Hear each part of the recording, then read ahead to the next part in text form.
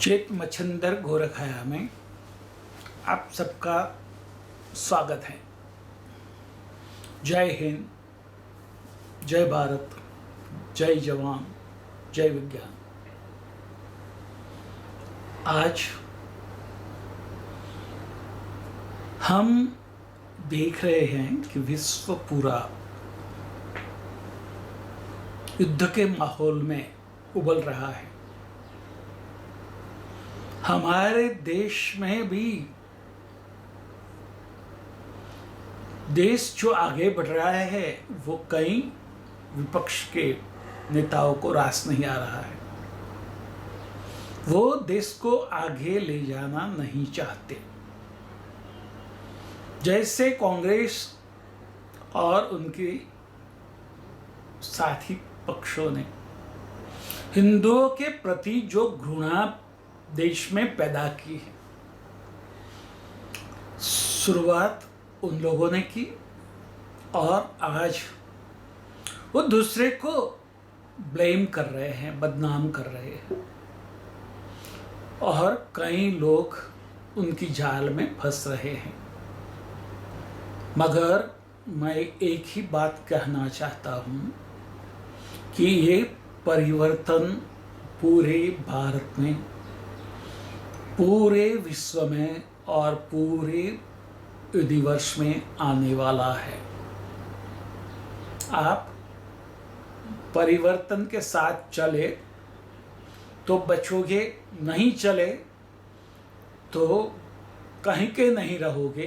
पूरे ब्रह्मांड में, पूरे विश्व में और पूरे भारत में परिवर्तन की लहर चल रही है। परिवर्तन की पीड़ा से सबको गुजरना पड़ेगा और जो परिवर्तन में टांग लगाएगा वो कहीं का नहीं रहेगा। महाकाल ने 100 साल का प्लानिंग किया है। अभी तो 10 साल भी पूरे नहीं हुए हैं और विपक्ष आकड़ विकल हो गया है, विह्वल हो गया है। उसको मैं वो कहता हूँ कि आप सब्र करें 100 साल के लिए, अपने आप को तैयार करें महाकाल की कृपा पाने के लिए। बाकी महाकाल के विरुद्ध जाकर आप जो भी करोगे आप पछताओगे। आज मोदी सरकार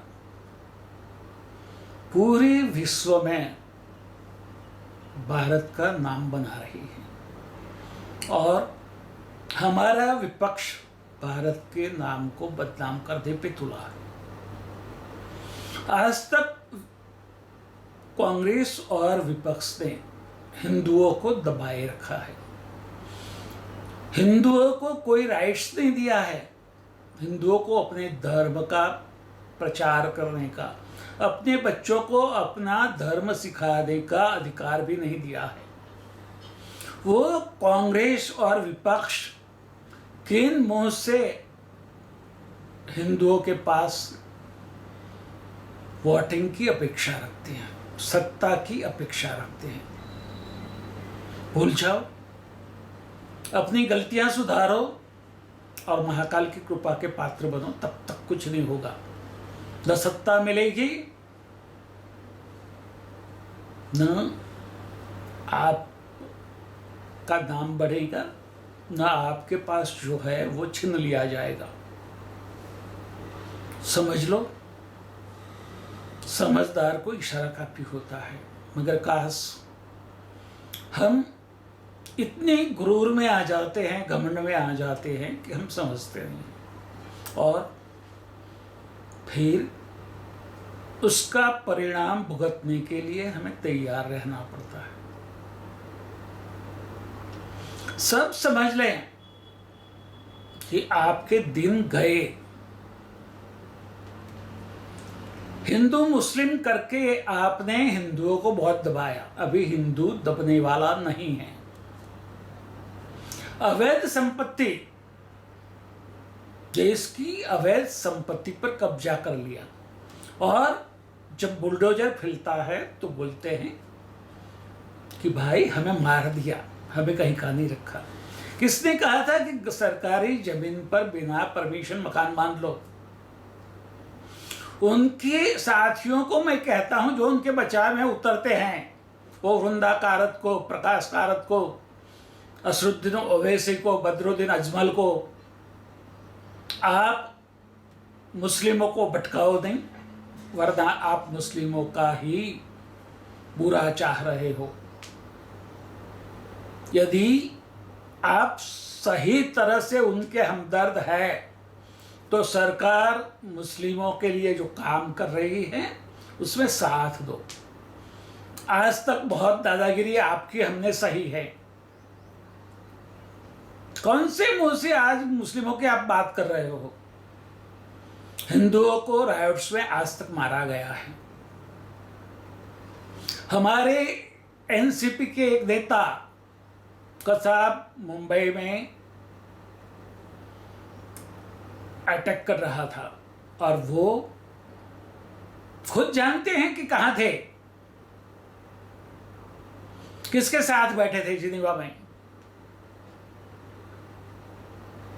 चाय पी रहे थे, और वो अपने आप को राष्ट्रवादी बोलते हैं। शर्म आपने चाहिए, धिक्कार है आपको, आप राष्ट्रद्रोही हो। जिसको अपने पिता का पोर्ट्रेट संभालने का मन नहीं करता, उसको इनकेश कर लेता है, वो हिंदू परिवार को कैसे समझेगा? 2 करोड़ के लिए जो अपने पिता का पोर्ट्रेट बेच देता है, वो हिंदू की परिवारवादी भावना को कैसे समझेगा? यदि वो समझती होती तो वो पोर्ट्रेट बेचती ही नहीं। ये बात समझो। देश गद्दारों से भरा है, और गद्दार राष्ट्र प्रेम से नाम से अपने आप को आगे कर रहा है। उसके दिल में राष्ट्र के प्रति, हिंदुओं के प्रति, देश के नागरिकों के प्रति जरा सा भी प्रेम नहीं है, शुद्ध भावना नहीं है, उसके विकास की लागणी नहीं है, और वो सिर्फ सत्ता के लिए आज की सरकार ने जो देश की तिजोरी भरी है, वो तिजोरी को अपने घर में ले जाने के लिए प्रयत्नशील हो चुके हैं। देश को उनसे बचाना होगा, चाहे वो कांग्रेस हो, शिवसेना हो, एनसीपी हो, ओवैसी की पार्टी हो, ममता बनर्जी की तृणमूल हो, लालू यादव की पार्टी हो, अखिलेश की पार्टी हो, नेशनल कॉन्फ्रेंस हो। देखो, जहां कांग्रेस का शासन है वहां उन्होंने क्या किया? 300 साल पुराना अवैध मंदिर तोड़ दिया, फिर पूरे जयपुर को बांध में लिया और नमाज पढ़ने दी। अरे भाई, आप अपने अल्लाह को याद कर रहे हो। अल्लाह ने ये नहीं कहा है कि आप नमाज अदा करो तो दूसरों को परेशान करो। आपकी नमाज कबूल नहीं हुई है, ये बात समझ लो।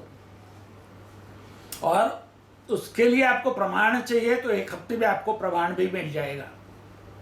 आप कैसे बीमार पड़ते हो देख लेना। जो नमाजी जयपुर के रोड पर नमाज पढ़े थे, वो कान खोलकर सुन ले तो वो कैसे बीमार पड़ते हैं इस हफ्ते, और क्या क्या उनके साथ, उनके शरीर के साथ अपने आप घटता है, देख लेना। आपकी नमाज कबूल नहीं हुई है। दूसरों को परेशान करना, हिंदुओं को दबाना, ये कांग्रेस की आदत रही है। अभी इलेक्शन आ रहा है, हर जगह से कांग्रेस को और विपक्ष को हटाना पड़ेगा और राष्ट्रवादियों को सत्ता देनी होगी। राष्ट्रवाद क्या है वो राहुल गांधी क्या जाने, केजरीवाल क्या जाने, जो अपने गुरु के कंधे पर पैर रख के सत्ता पर आ गया और गुरु को धक्का दे दिया।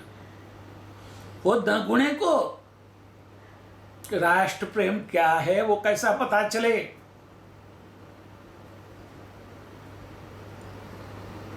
हमें समझना है,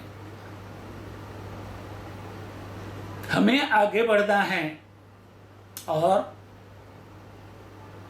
हमारे जैसे लोगों को आगे आकर लोगों को जागरूक करना है। मुस्लिम भारतीय बन के रहे, हमें कोई इतराज नहीं है, अगर वो मुस्लिम भारतीय बन के हमारे ऊपर शरीयत के कानून की डिमांड करेंगे तो वो नहीं चलेगा। आप अपने घर में जो भी पहरवेश पहनना है पहनो, मगर ये मत कहो कि हमें जाहिर में भी ये पहरवेश पहनने दो। उससे क्या हो सकता है वो भी आप अच्छी तरह से जानते हैं और आप क्या कह रहे हो वो भी अच्छी तरह से महाकाल जानता है। तो गलत डिमांड बंद करो, भारतीय हो जाओ और भारत की अच्छे नागरिक की तरह भारत के विकास में शामिल हो जाओ। आपका भी विकास होगा, देश का भी विकास होगा। ये सारी पार्टियां जिसके सपोर्ट से आप एक कूद रहे हो वो बंद करो, वो कभी आपको बचाने नहीं आएगी। यदि आपको कोई बचाएगा तो वो हिंदू ही बचाएगा, ये बात समझ लो। और नहीं समझोगे तो पछताओगे, क्योंकि डिवाइन महाकाल जाग उठा है। उसने पूरे भारतवर्ष के लिए, पूरे विश्व के लिए और पूरे ब्रह्मांड के लिए 100 साल का प्लानिंग कर दिया है। और वो 100 साल के प्लानिंग में जो सिद्धों को अधिकार दिया है, वो सिद्ध जिसको पसंद करेंगे वो ही सत्ता पर बैठेगा और कोई नहीं बैठ सकता। ये समझ लो। सत्ता चाहिए तो महाकाल के कृपा पात्र बनो, हिंदू बनो, रोमन कैथोलिक को, मुस्लिम को और किसी को ये अधिकार मिलने वाला नहीं है। ये बात समझ लो। जो अपने बाप का पेंटिंग जो श्री वाम हुसैन जी ने बनाया था, उसको संभालना, उसकी विरासत समझना, महत्व समझना, जो नहीं कर सकता है और उसको बेच देता है, तो उसमें कितनी अक्ल है वो समझो। वो देश को क्या संभालेगी? वो देश को भी बेच देगी। जो अपने बाप को बेचती है वो देश को भी बेचेगी। ये बात समझ लो, सोचो। सही कह रहा हूं। यह बात उनको बुरी लगेगी तो लगने दो, कोई फर्क नहीं पड़ता है, मगर जो सही है वो सही है। और देश के जो राष्ट्रवादी नेताएं हैं, युवाएं हैं, उनको मैं कहता हूं कि आप पॉलिटिक्स में आगे आए और देश के राजकारण को बदले।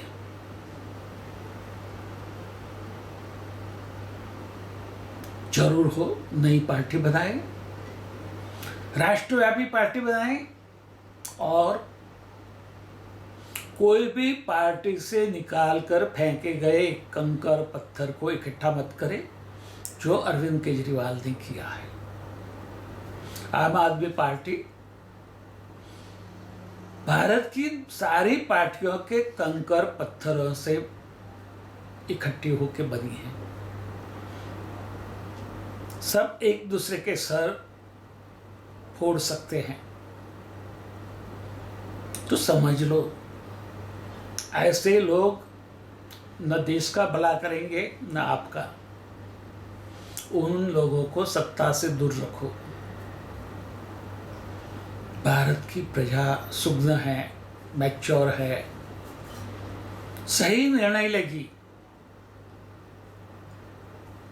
महाकाल की इच्छा के मुताबिक चलेगी और देश को आगे ले जाएगी, देश का विकास करेगी। आगे बढ़ना है तो महाकाल के परिवर्तन में जुट जाओ और काम में लग जाओ।